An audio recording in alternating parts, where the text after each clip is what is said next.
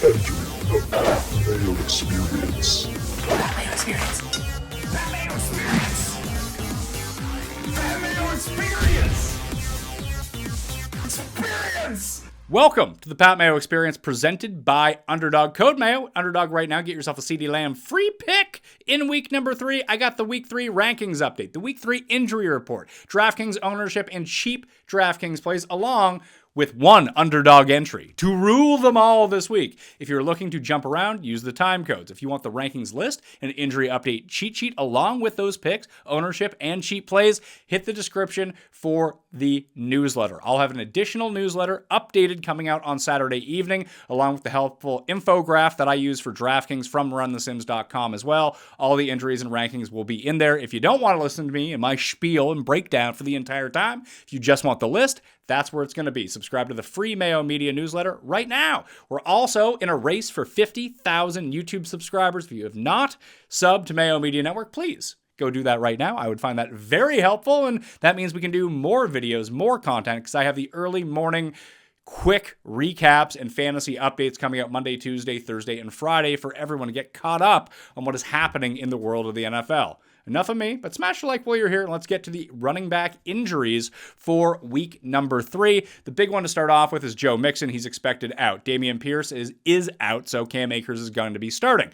More on the rankings in a second. Again, you can always hit the cheat sheet that's down in the description right now. Lucky Pierre Strong, in his hamstring injury, out for the Cleveland Browns. Kenneth Walker is expected to miss this game against the Dolphins, and ditto on the other side of the ball. Raheem Mostert is not expected to play either, but Jeff Wilson and his oblique injury is going to be in for the Dolphins against the Seahawks. He moves above Jalen Wright in the depth chart. They very clearly do not want to use Jalen Wright whatsoever. So it's going to be A-Chain at number 3 in the rankings, Wilson down in the 40s, and then unplayable is Jalen Wright. Tank Bigsby is expected to play against the Bills for the Jags on Monday Night Football.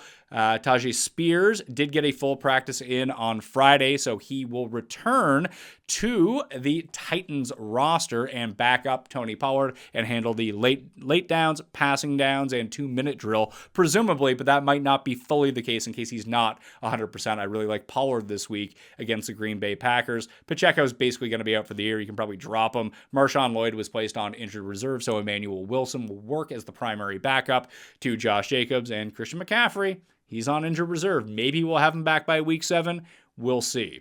The rankings updates for the players that matter because of the injury report, because nothing much has really changed from anyone else. The big one is Cam Akers. He's going to be running back number 22 for the week in the half-point PPR running back rankings. He's going to have a ton of volume. I think he's terrible, but if you give the guy 20 touches, he's going to have to get there. Ditto for Zamir White. There's not much really in a change between Cam Akers and Zamir White this week. Zamir White has the better matchup, but I do think that the potential for Alexander Mattison to eat into what he is doing is higher than the potential for Dare to eat into what Cam Akers is doing. And I guess technically it is a revenge game for Cam Akers. He was on the Vikings last year. Do not forget that. Dare is going to play in obvious passing down situations and probably 2-minute drill, and that is it, unless Cam Akers gets hurt. He's $4,700 on DraftKings this week, and he will be one of the highest owned, probably the second highest owned player on the slate. I think that makes more sense to save money on DraftKings at $4,700.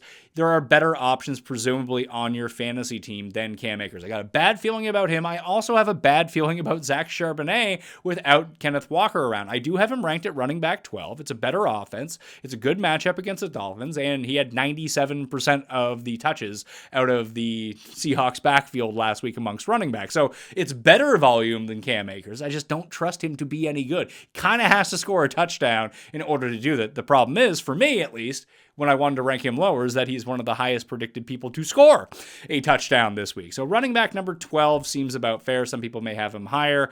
That's where I ended up settling. The projections for me at runthesims.com, actually I have him as running back 6 this week. I just had to go and say that's computer error. I'm going to manually adjust that one back down.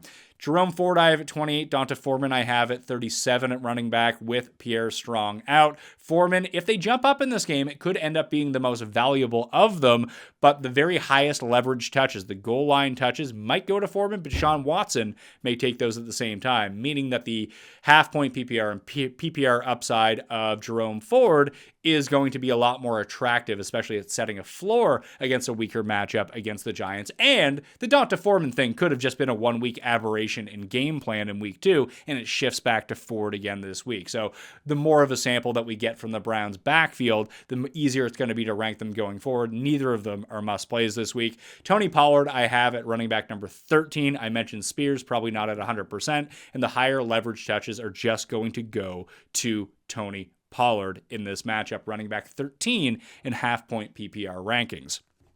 Wide receiver injuries for the week. Josh Palmer is a game time decision. I think he's leaning out against the Steelers right now, as he got in a limited on Friday, didn't practice on Wednesday or Thursday, so I'm just not going to play him. You probably shouldn't play him either. Greg Dortch popped up on the injury report on Friday with a hamstring injury. Normally you'd say this would be nothing, but we just saw this happen to A.J. Brown last week. All of a sudden he's out. We saw this happen to George Kittle this week. Hamstring injury, well, he's all of a sudden out of these games. So if Dortch doesn't go, wouldn't be surprised. I bumped up Michael Wilson in the rankings because of it. You find other options because this is a late game and you're probably not going to know, unless they're being very generous, until after lock at 1 p.m. Eastern time. It makes Michael Wilson a very attractive DraftKings play, if nothing else, for his price point in a game that everyone really wants to get a piece of. Jordan Addison is out. T. Higgins is likely to be in. That will be one of the updates in the Saturday evening newsletter. The Bengals practice on Saturday because they play on Monday night, and that will be their quote-unquote Friday practice where we get the official results in. But he says he's going to play. You know what? I believe T. Higgins in this one. Unless he doesn't practice on Saturday, then he's probably going to be out. Debo out, Keenan Allen out, A.J. Brown out, Cooper and Puka obviously out. So when we update the rankings to take a look at it, I have Jamar Chase at number 7. T. Higgins enters the rankings at number 30, and Yoshivas drops down the rankings to number 48 as he's simply just not going to be running that many routes. And his touchdown to reception ratio of 1-to-1 last week probably doesn't hold up, especially with T. Higgins back in the mix right now as well. Jalen Naylor moves up to number 46 in the wide receiver rankings with Jordan Addison out in an okay-ish matchup against the Texans. The Vikings are underdogs at home to the Texans, so expect more passing than we've seen from Sam Darnold in each of the first 2 weeks when they got up big or were trying to protect a lead like last week against the San Francisco 49ers. Quentin Johnston is at wide receiver number 37 with Palmer banged up. The problem is it's a bad matchup and Herbert's banged up. Lad McConkey down at number 62. Juwan Jennings without Debo, McCaffrey, or Kittle is up to number 39 in the rankings. Jordan Whittington is the highest rank of all the Rams receivers, but absolutely not a must play. I think he was a must pickup this week. I also think that Noah Brown is a even better pickup than Jordan Whittington at this point, but we don't know how often these guys are going to play, and I most certainly wouldn't try to squeeze them into lineups just because, in your season-long league at least, in week 3. DraftKings-wise, yeah, they're both really nice values. Well, Noah Brown is on the Monday slate. Whittington is on the main slate. He's $4,200. That could save you a ton of money. I like Naylor, hardly newer, at 44, even better. But if you wanted to go that route because you're playing a lot of San Francisco guys, which a lot of guys are, that's a way to save money in that game. I have number 49 in the wide receiver rankings. DeMarcus Robinson at number 57, Tyler Johnson at number 74, and I actually have Tutu Atwell a little bit higher at number 69 because he's nice, and what you want from him is exactly why I play Shaheed every week on DraftKings, and I like Shaheed in general. Tutu ran 10 routes last week. He saw 4 targets. Stafford likes him, and he only really runs 2 types of patterns. He runs bubble screens, where he can try to do something after the catch, and he gets his cardio in and runs down the field. If he gets behind the defense once, he outscores all of these guys combined against the Niners, because there's no time for Stafford to pass. So it's going to be the quick throws, or if he does take a 5-step drop and gets a moment, Tutu Atwell could be the big beneficiary in that situation. But he's number 69 in the rankings. He's not a guy you should be actively trying to play, but some people play in 14, 16 team leagues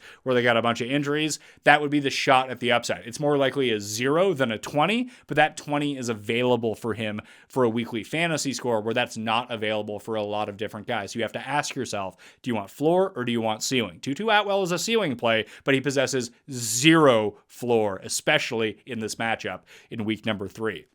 At tight end, Jake Ferguson is in. George Kittle is expected out. Evan Ingram is expected out. Taysom Hill, who knows? He did practice on a limited capacity on Friday. If he doesn't go, I actually like Juwan Johnson as tight end number 11 for the week if Hill is out. I have Hill at number 12 right now and Johnson way down, but if Hill was to be out, and that's an early game, so we're going to know, then Juwan Johnson becomes an adequate streamer if you're in the market for it. Davis Allen is out for the Rams, which means more blocking for Colby Parkinson, which is not good for anyone because he sucks at blocking, and that means he's running fewer routes, so bad news. David Njoku going to be out for the Browns as well. I moved Jake Ferguson into the tight end rankings. Now he's officially going to be in at tight end number 7. Quarterback notes, Bryce Young bench, Andy Dalton starting. I have Deontay Johnson at 38 in the rankings, Adam Thielen at number 42. I think it's a coin flip between who is going to be better. So DFS-wise, Thielen's probably the better play because no one's playing him and everyone is playing Deontay Johnson. Also, his over-under for props is set at 4 right now. That's Adam Thielen. I just like the connection that these two have. We saw it last year when Dalton would come into games, and it's not like Thielen has been completely washed all season long anyway, so I do think he has a little bit left in the tank against a softer pass defense from the Las Vegas Raiders and potentially in catch-up mode too. Dalton can complete passes. That was the problem with Bryce Young. He could not complete passes. Dalton can do that. So you can even play the latter, props-wise, on Andy Dalton. I like the over-under 3.5 or 4, depending on where you look. But if you want to ladder him up to 6, 7, 8, this is the type of game where you can get that done, especially this early in the season before his old man legs set in. He can't run routes anymore. Justin Herbert is a game-time decision for the Chargers. He's dealing with a high ankle sprain, so he's not running whatsoever. Under on his rushing props, if those ever come out. I doubt they will, but if you see them, you hit the under on those. But I think he's going to play anyway. He's just going to be severely limited in his mobility. The arm is going to be fine. So I've kept Herbert in the rankings, but did drop him down outside the top 20 for the week. Russell Wilson not playing. Justin Fields is. Jordan Love maybe is playing in this game. I'm guessing he is not playing in this game. That is not for you non-German speakers, non-Deutsch speakers out there. But even if he plays, you don't want to play him. It's still a downgrade to all the Packers receivers. Jaden Reed is the only one you could possibly play from the Green Bay receiving core, and the only 2 real plays in the game are Tony Pollard and Josh Jacobs, and that's with Willis or Jordan Love. Maybe Romeo Doubs gets a quick tick up, but we've seen these even elite quarterbacks come back before they're supposed to, wanting to play through the injury, and they're just completely ineffective. It would behoove the Green Bay Packers to bring back Jordan Love right now, because if they actually have a chance to win the Super Bowl, which by the odds they do, they need a healthy Jordan Love, not a 50% Jordan Love who might get injured if he's hit one time and then he's out for the year. Then you're no good in that circumstance. It's against the Titans. You can beat the Titans potentially. Just expect a lot of running in this game. I did move Jacobs down a little bit because the Tennessee rushing defense is far superior to the Colts, which might be the worst in football. So even if Jacobs gets his 35 carries this week, it's going to be for like 50 yards because the Titans are going to overload that box. Plus they know all Willis's tendencies. Expect this to be a low scoring, fast type game with a ton of running. So Pollard and Jacobs, the only must plays. Reed and Ridley, okay plays, and that would be it for me from this game this week. Tua was placed on IR, and he's going to miss at least 4 games. Skylar Thompson will start in his spot. A few years back, the irons were the best part of my golf game. But after a swing change about 2.5 years ago, my driver's an absolute weapon at this point, but all of a sudden I couldn't hit my long irons, and even some of my short irons just were not going on the same trajectory that I always wanted them to, or at least that they used to do. So when I heard how the new PXG Black Ops irons can dramatically improve my game, of course I had to give them a try, anything to improve my golf game. So I called up PXG and I got my current irons and I took the PXG Irons Challenge and it has been amazing. The consistency off the club face is unparalleled to any club that I have ever used. Best thing about these irons is because I feel so comfortable that I'm gonna hit the sweet spot on them, I can control the club face, the high, the low, the cut, the draw, no problem. And the new PXG Black Ops irons are the game improvement missile launchers that are going to give you explosive distance, and it's going to feel softer than a baby bunny. The new Black Ops irons are incredibly easy to hit and maximize performance and fun, because getting better is fun. Oh, and they're only $149.99 a stick. That's a great price for a great golf iron.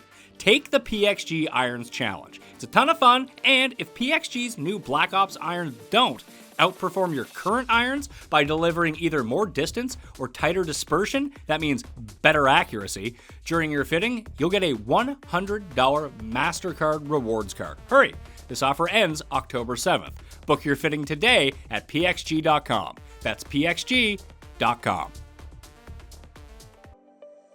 Passion, drive, patience. The formula for winning championships is also what keeps your ride or die alive. eBay Motors has everything you need to maintain your vehicle and level it up to peak performance. Supercharger, exhaust kits, LED headlights, and more. Whether you're into speed, power, or style, eBay Motors has you covered. With over 122 million parts for your number one ride or die, you'll always find exactly what you're looking for.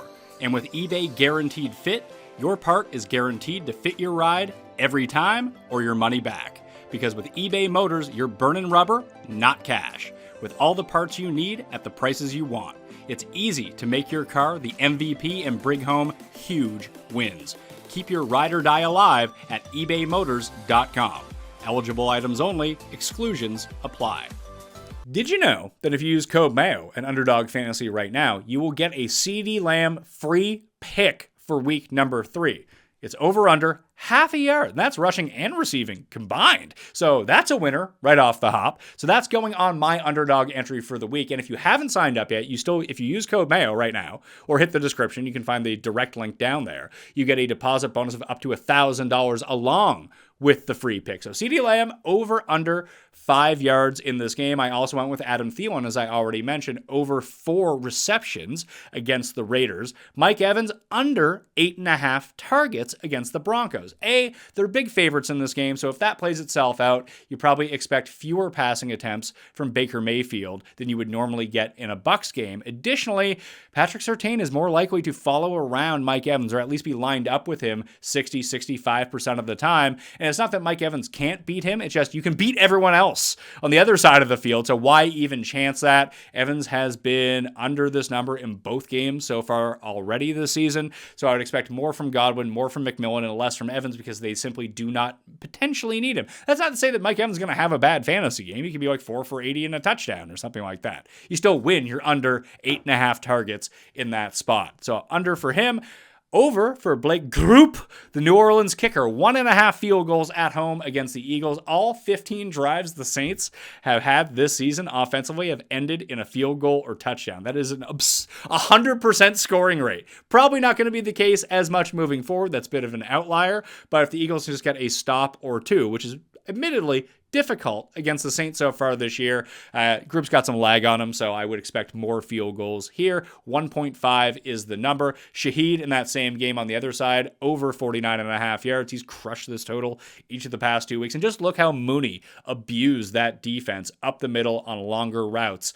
On Monday Night Football, Shaheed is better than Mooney and going to do the exact same thing to the Eagles DBs this week. DeAndre Swift, I like DeAndre Swift. He's one of my favorite DFS plays, and I like him over 59.5 rushing yards. Nothing from his performance so far this year would indicate that he is going to do that. However, he's playing the Colts. I just mentioned the Colts. Jacobs, 30-plus carries, over 120 yards. Mixon, 30-plus carries, over 150 yards. You can just run down the throats of the Colts. And with Travis Homer missing this game, who was working as the primary backup to DeAndre Swift in between the 20s, I would expect somewhere between 14 to 20 carries on the ground for Swift, with Herbert backing him up. Herbert might steal his valuable fantasy touches. That's most definitely on the table. But in terms of pure bulk carries, I think DeAndre Swift can get over that 59.5 number just simply through attrition. Devin Singletary, lower than 2.5 receptions against the Browns.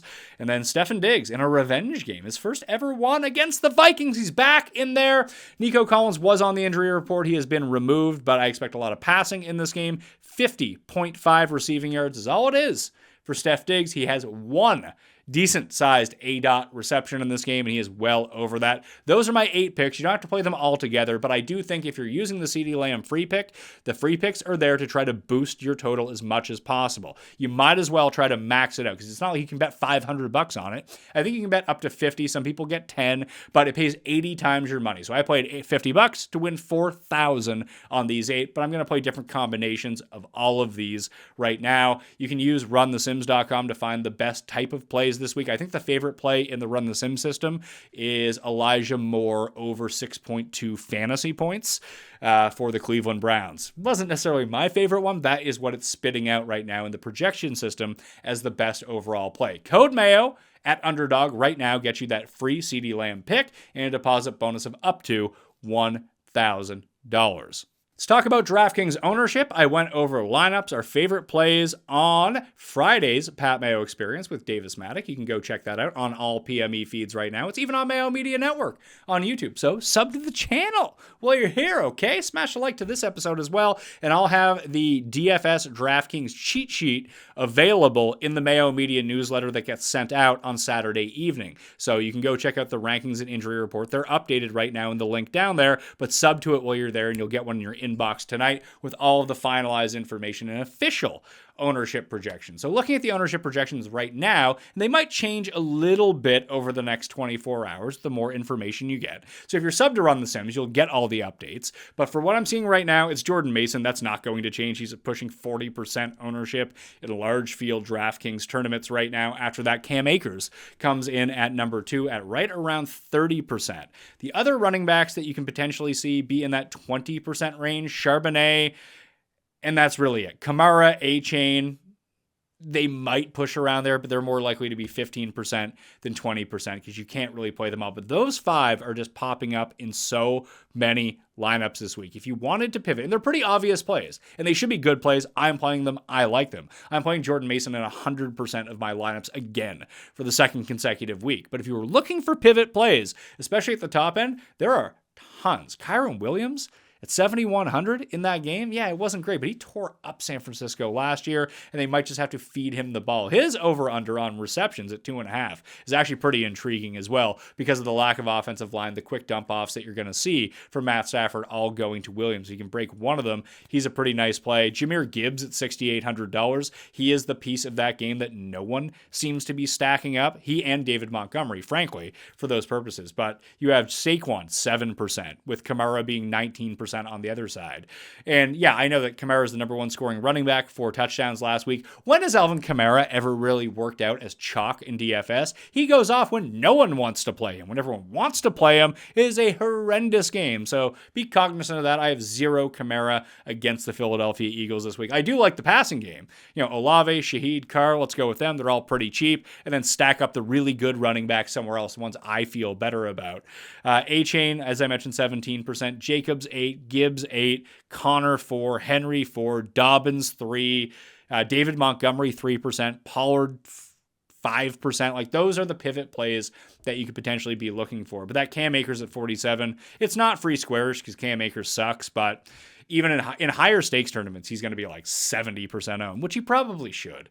And the combination together of either Mason in Akers or Charbonnet in Akers is going to be through the roof. I didn't use 0 Charbonnet because I ended up landing on him in some spots, but I used Pollard over him in most of those lineups. And I really did try to work DeAndre Swift at 5,600 into my lineups as well.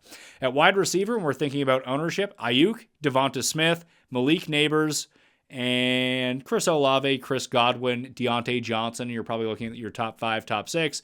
It'll be Ayuk and Smith over 20%. The rest of those guys in the 15 to 20% range at wide receiver right now. Some other ones popping up. Tank Dell, Metcalf, Nico, Elijah Moore, just because of the savings that you get with him at $3,600. Juwan Jennings at $4,100 projects right around like 8-9% as well. Again, I like Jalen Naylor at 44, Whittington at 42, and those guys are going almost completely unowned. So there's not much difference between them and some of these other lower options that we've seen, but more on the cheap plays here in a second. At tight end, I don't know if is anyone pushing it? Yeah, Jake Ferguson is pushing 18% ownership at $4,500. Bowers, McBride are the only 2 trending over 10% at the moment.